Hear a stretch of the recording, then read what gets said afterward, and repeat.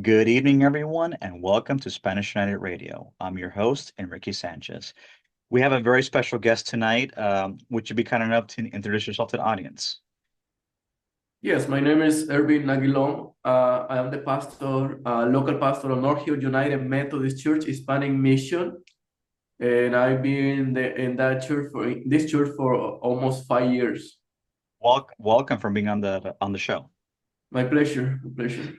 Anyway, I reached out to you because recently we saw that one of your congregants by the name of Carlos Chavez, he was detained by ICE, and it was a very traumatic experience, I could imagine, for your congregation. So, explain a little bit in detail how it happened, and what is the sentiment of the people, especially in your congregation, because I know that you handle a lot of refugees, cases of children that go there. Yes, before we continue, I would like to clarify that people were tagging Carlos Chavez as the taco vendor or el taquero, which it hurt me because Carlos was more than a taquero, more than a vendor. He was a member of my faith community. And I just want to clarify that. Also, I want to clarify that people were starting saying that the ICE only enter into the parking lot of the church, which also it hurt me because for me that is not a parking lot. For me, it is my holy ground where I do ministry every day. I pray. I provide pastoral care there. I have been praying, and God has done a miracles of healing in that area. And for me, it is a place for ministry, not just a parking lot at all. I have a worship service exactly in the place where Carlos was arrested. And I just want to clarify that for me, as a pastor, that was my place for ministry. I could imagine, and the way that he was apprehended, he was actually serving the community while he was being arrested, and it really bothered me because it's gotten to a point that many Hispanic Latino people don't even want to go to church or volunteer because they're afraid of being arrested by ICE. It's really deplorable how the situation is happening, that our community is being under attack constantly. Yes, and thank you for touching this sensitive point. Also, I would like to clarify that if Carlos Chavez ran or coming into our property is because it was his church Hmm. for worship. It Right, was his safe place right. for refuge, and that's why he went inside our property looking for a place to be saved. Well, yeah, the church is supposed to be a safe place for all people to go, and I feel that sanctuary is being violated, and there is a law that says that ICE cannot go into a place of worship, a hospital, or a school without a warrant.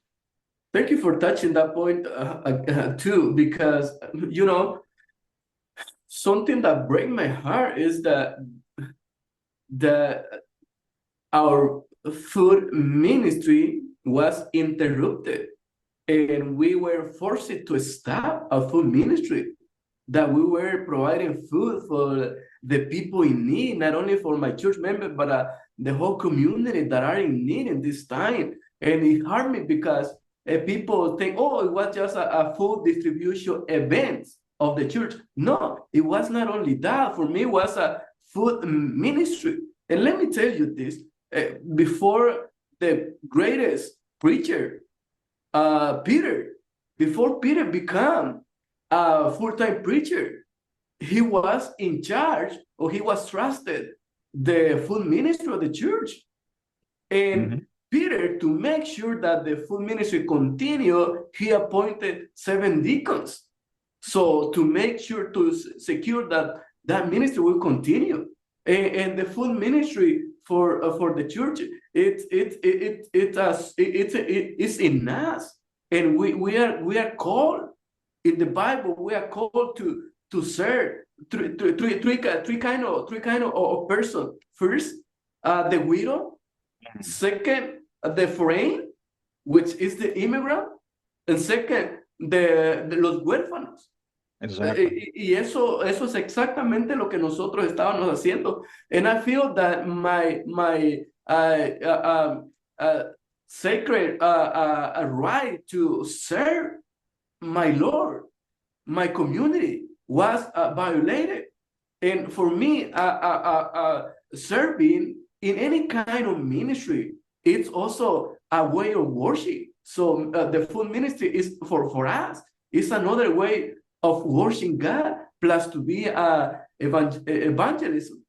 Exactamente.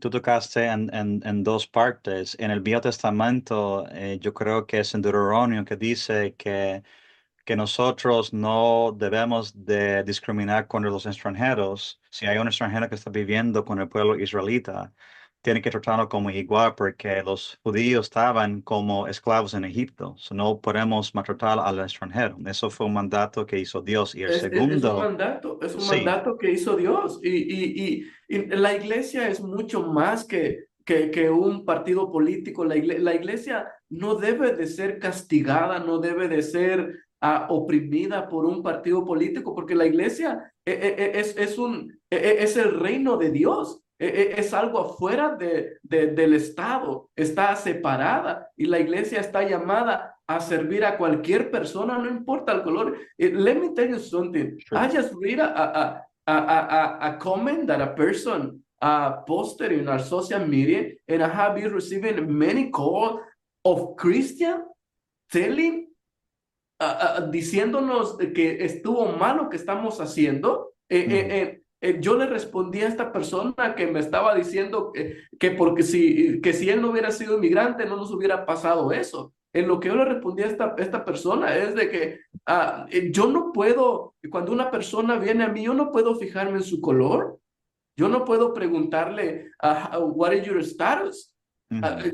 If they approach to me, I will provide them pastoral care. If they approach to me, I will provide the resource they need, food, whatever they need. As a pastor, why? I need to ask them their status.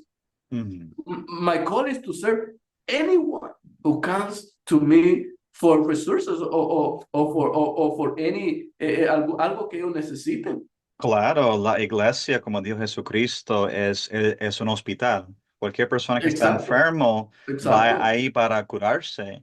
exacto. Y también la Biblia dice que nosotros vamos a ser juzgados como tratamos the least among us. It's like, this is something that many of the far-right Christians are forgetting that, we are called to serve the poor, the oppressed, the widows, the orphans. And that's something that unfortunately a lot of them are forgetting because of politics.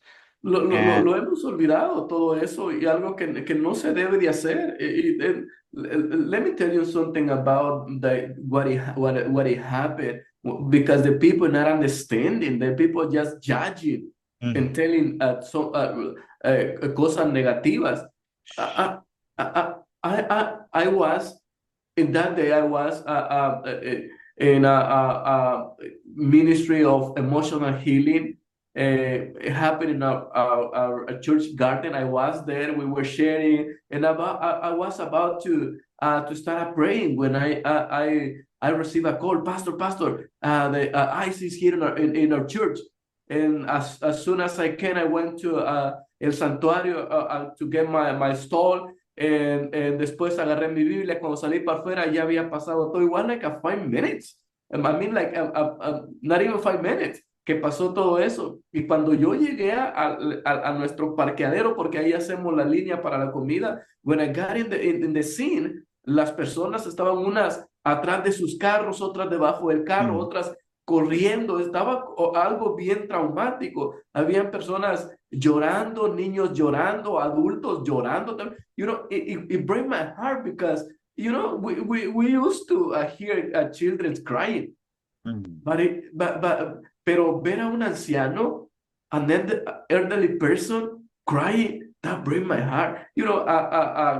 And let me tell you something, lo que pasó no solo traumatizó a las personas de color, sino estaba una persona anciana, US citizen, con ojos azules, que Mhm. se acercó a mí y me dijo, Pastor, I'm sorry, I'm sorry. I feel that my people is targeting you people. I feel guilty. And I told that woman, don't feel guilty. Don't feel guilty. It's not your fault.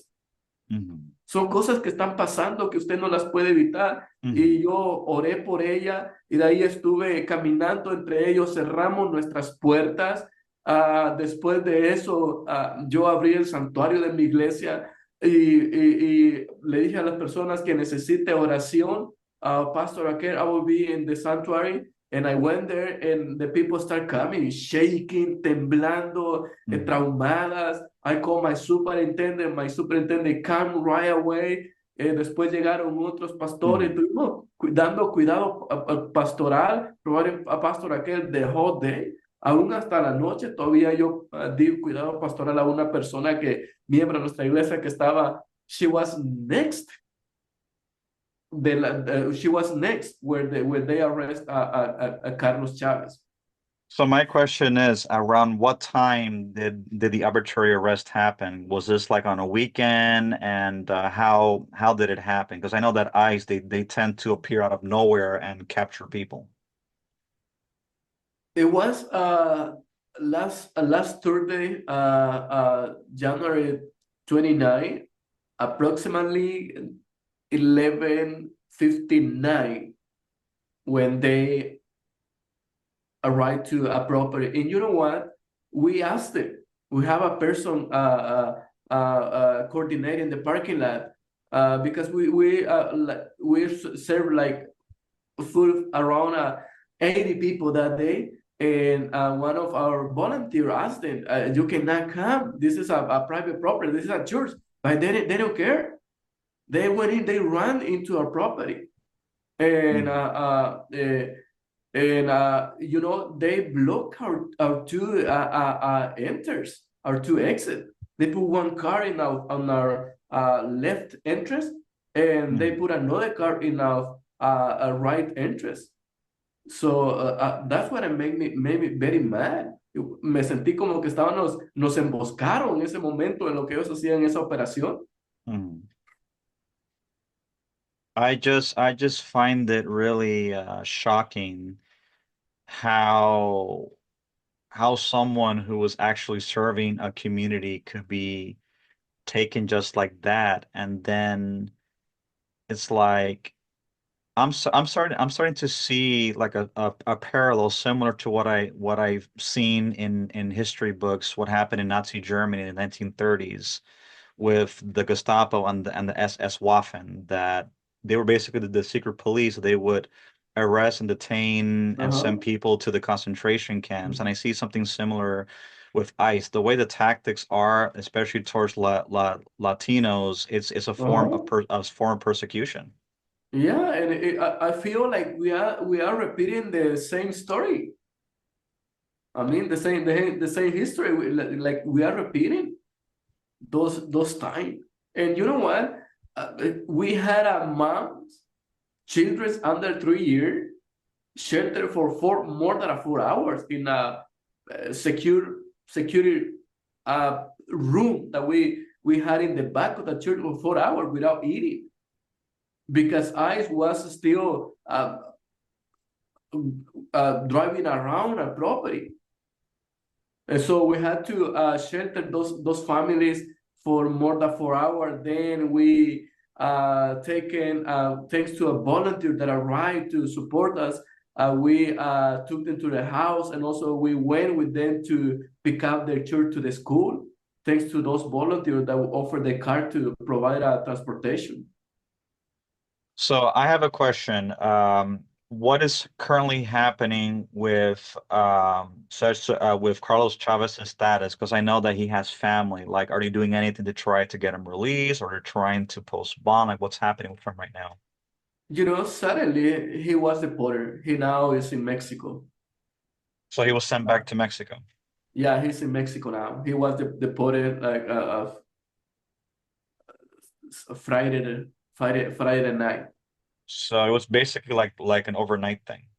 over 19, and that's I knew it because what ICE is doing is they are doing quick, so an attorney not get involved, because when attorney get involved, the attorney make a request to see a judge, and when a judge schedule a hearing or a court appointment, they can deport it. So they do it before an attorney get involved. And does he have family here in the United States? He has three children and of course the wife. So how is his wife? The, She is devastated. I have been provided her a pastoral care this past day, and she was in the scene. And right after that happened, I went to see her and I went to pray for her. She was in tears.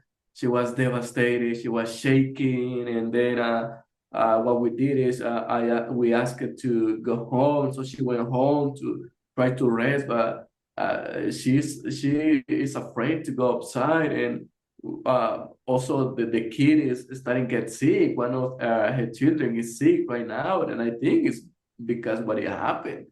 Oh yeah, And it's a psychological trauma, es un trauma psicológico.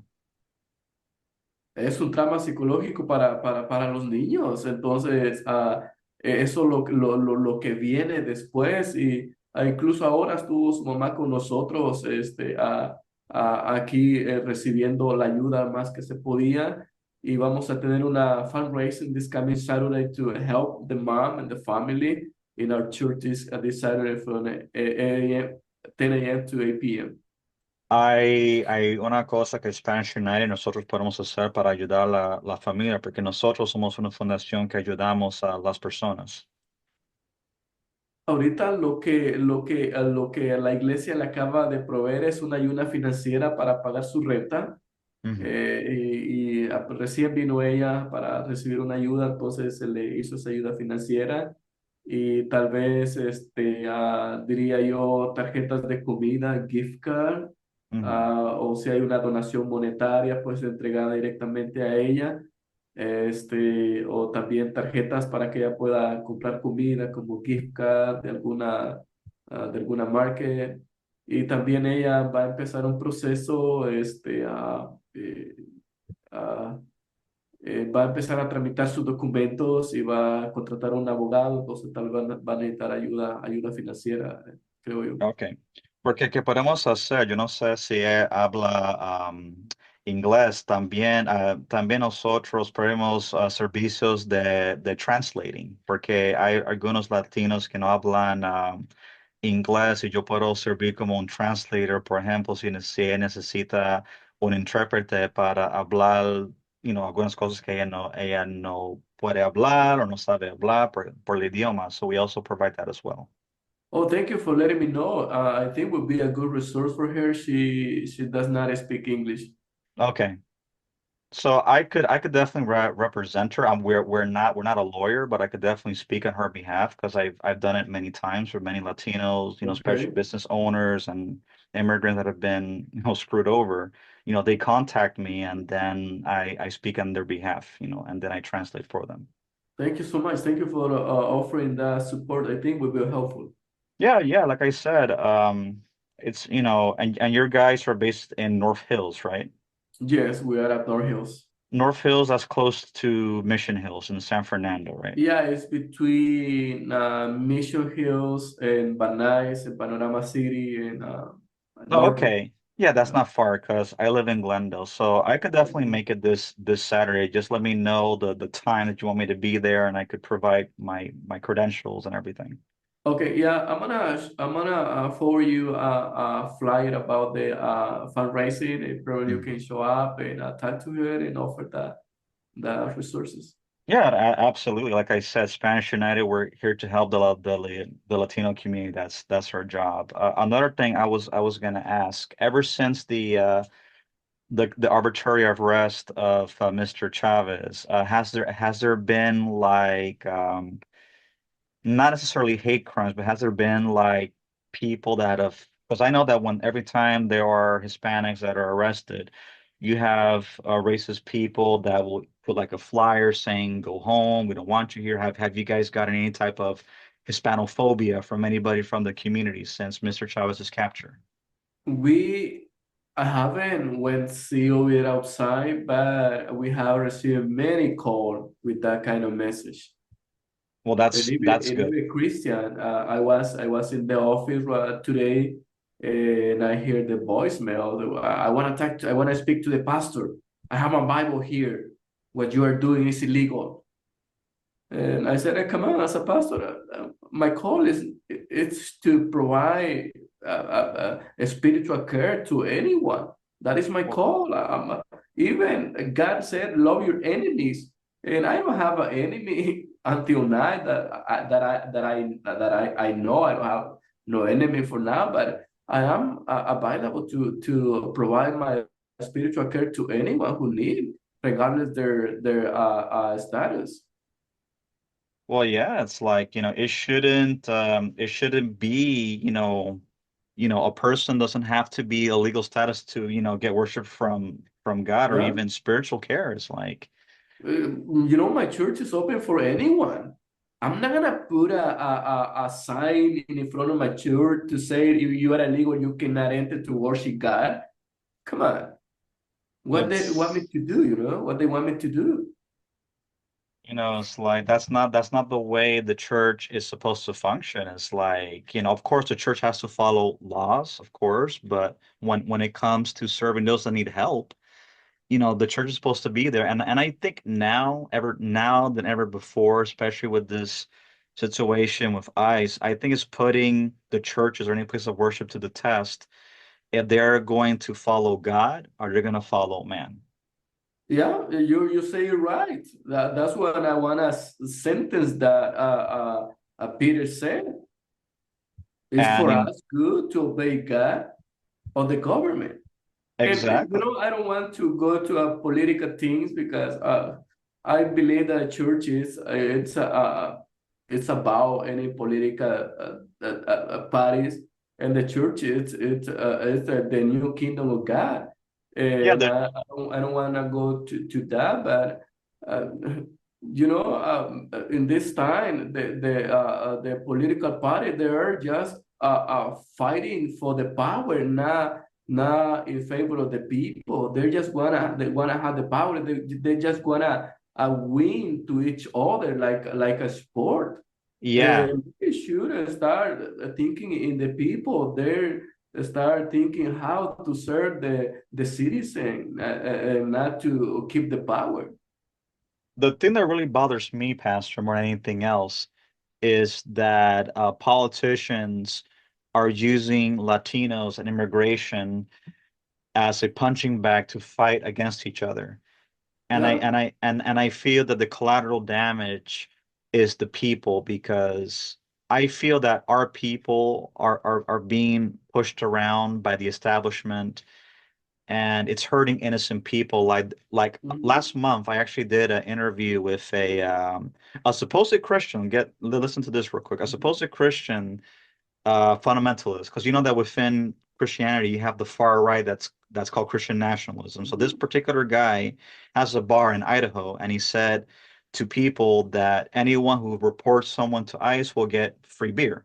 So I contacted and I told him, look, what you're doing, you're hurting people, and for someone who claims to be Christian, Wow. that's not something you should do. And then he was using the Bible to justify why ICE and immigration, and it's like it was a whole mess. So you know, I feel that the church, and when I mean church, I'm talking about the body of believers, Uh-huh. those Yeah, yeah. that don't follow social justice Uh-huh. or follow righteousness, Uh-huh. they're going to be held accountable on judgment day. Doesn't matter how many good deeds a person does. You have to be for those that cannot defend themselves. That's what Jesus died on the cross for. Yes, you're right. And it's very sad that, I consider myself uh, conservative. I consider myself conservative, but I'm going with which is justice and love, and the one of the guy that called us and leave a horrible voicemail today was that we need to obey the Bible call us to obey the law. Right. And I'm okay with that. I'm never saying that we have to disobey the law. We are called to obey the law, but the law must be just. Exactly. Tienen que ser justas. We see in Old Testament, Daniel, he disobeying the law Hmm. because the law required him to worship an idol. Hmm. In the New Testament, we see other Peter disobey the law. Hmm. And let me tell you this: you don't think that Joseph and Mary they were righteous person? So I why believe they're they righteous. disobedient the law? Mary and Joseph they disobedient the law. It Hmm. was un edicto given for the government in that time Yeah, that to was King to Herod. kill to kill every children Under two. under 4 years. That Hmm. was the law. Right. If Mary and Joseph were a righteous person, why they disobedient the law? They should give their kid to be killed. They Right. should give here Jesus kill it because that's what the law says. Right. But they escape. So we must follow the law, but when the law is just, Absolutely. And because we have, exactly. justice is about the law. Exactly. We cannot have one or the other. And that's a distinction that I believe many Christians have to make eventually later on because it's going to come to a point that we have to choose between following God's law, which is holy and just, or following man's law, even though we're Mhm, called in Romans chapter 13 to follow the worldly mhm, authorities. But mhm, if it goes against the law of God, we cannot mhm. follow. And when Yeah. and let me specify a little bit on that. When God says in Romans chapter 13 that we have to follow the law, that has to do with following rules and regulations, and as long as it doesn't, intervene with worshiping God.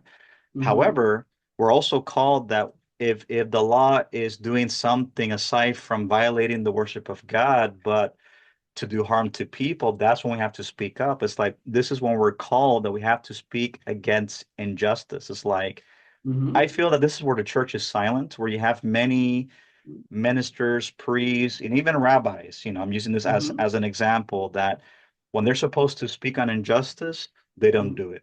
In many cases, it's out mhm, of is out of convenience or mhm. out of fear. But we Yeah. cannot stay silent because the more we stay silent, the more we are complicit. Even Albert Einstein said, um, evil comes when good men do nothing. That is right. Yeah. Yeah. So Suddenly you say right. Many pastors, many church leaders, they don't speak. They're silent because they are tienen miedo o, o no sé, pero deberían de tener el coraje de predicar el evangelio completo. También de gospel, predicarlo completo. Eh, Salvación, justicia, restauración, el amor de Dios, exactly, accountability. that's what we're called to do. Jesus gave two commandments: love your neighbor as yourself and love God above all. With those two Ujú. commandments, all the 10 commandments are fulfilled. And that's what nobody's doing these days, especially those that claim to follow God. And I really commend you, Pastor, because you know, many ministers don't like to don't want to come out of their comfort zone. And I really commend that you are actually being there for the community, especially being for Carlos's family, Ujú, because right now many people are suffering, and more than ever ajá, before, we need to have community. Where there is unity, ajá, there is light, and where there is light, there's a path that will illuminate to finding solutions to Mhm. long-term problems. Mhm. Mhm. And you know what? When that happened to us, it, we were scary, and we were thinking with my church leader what is the best for us to act right now, and we were thinking about to close our church and have our worship service and our ministry to the community more privately. Hmm. But after hours of reflection, we decided no, we are called to be the salt and the light of the world, and we'll continue.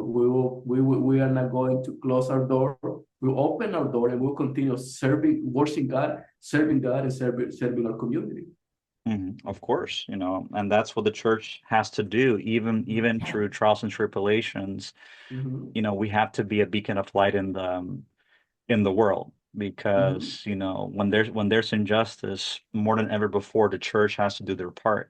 mhm, And I want to tell you, anything that Spanish United can do for the church or for anyone, we are here to serve. One of our mottos is culture over color. Like, we've been established for about 6 years. We have 5 chapters in different states. We do a lot of mhm, outreach work. Like last year, we did outreach for the people over in the Eaton fires, and we also helped a lot of homeless people get off the streets. So, we do a lot of community work, especially for those that can defend themselves. So, more than ever before, we have to work together yes. for the safety and the welfare of the Latino community.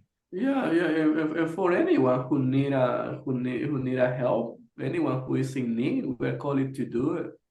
Doesn't matter if you're what political party you are. If someone is in need, our call is to help and provide those resources that they need. And thank you so much. And um, I believe that maybe if you are able to help us, we would like to have people walking around our blog to protect us while we are having a worship service on Sunday, because we don't know now what is going to happen. What the message that I received is that they say that they will come back. They will come back, Hmm. and our church members are afraid of that. And also, those radical Christian probably will come to I don't want to have expectation, but I would like to be careful in that. And if any organization wants to come and like guardarnos ahí enfrente para que nosotros podamos continuar adorando a nuestro Señor en libertad y seguros. Hmm. Absolutely. Anything that And we can do.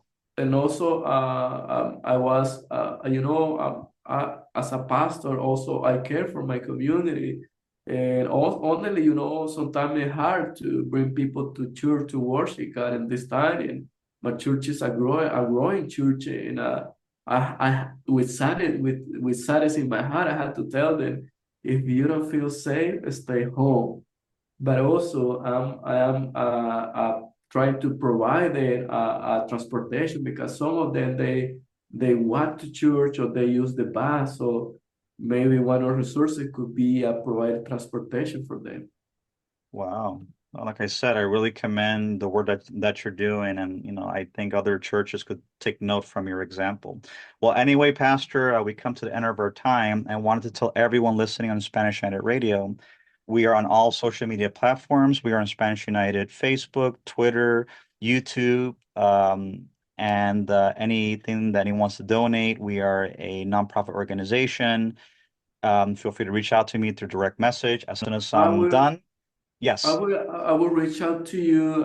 We are creating an account so we can get donation. What we want to do is to secure our sacred space, and we want to secure more, make it more safety for our community, and probably change the gate and have a security person create another a special gate for people that comes for what Definitely. kids and so and probably another cameras. We are working in that and to see how we can my question, I wonder why we need to do this. I mean, the church should be open for anyone, but why we are in this point to close the church? I mean, to Right. put a gate, security gate.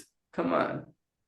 You know, But I would, that is the reality, and we are a low-income community, Spanish community, and we are creating an account to have some funds to secure our property. They have mhm, and finally have a safe space for anyone to come for resources, especially right. for food in this time. Absolutely.